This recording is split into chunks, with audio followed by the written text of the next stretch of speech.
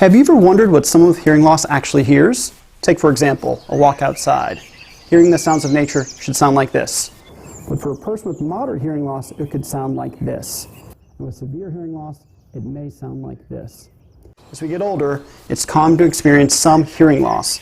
And, depending on the level of hearing loss, individuals could have trouble hearing conversations clearly, causing them to withdraw and experience isolation and even depression.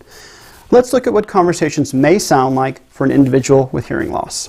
There are 4 different categories of hearing loss. First, I want to talk about mild hearing loss. Mild hearing loss is patients who have difficulty up to 30 decibels. Typically, normal conversation can be heard, but when put into a situation where there's background noise, patients will start to experience difficulty. Also, people with mild hearing loss may be a challenge to hear people with accents. Second, patients with moderate hearing loss, up to 50 decibels. That's a much more common category where we start treating them with amplification. Patients with moderate hearing loss will definitely experience difficulty in background noise and start to notice things like the television's louder and trouble on the telephone.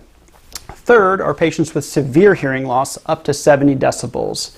People with severe hearing loss can't even hear normal conversation without help.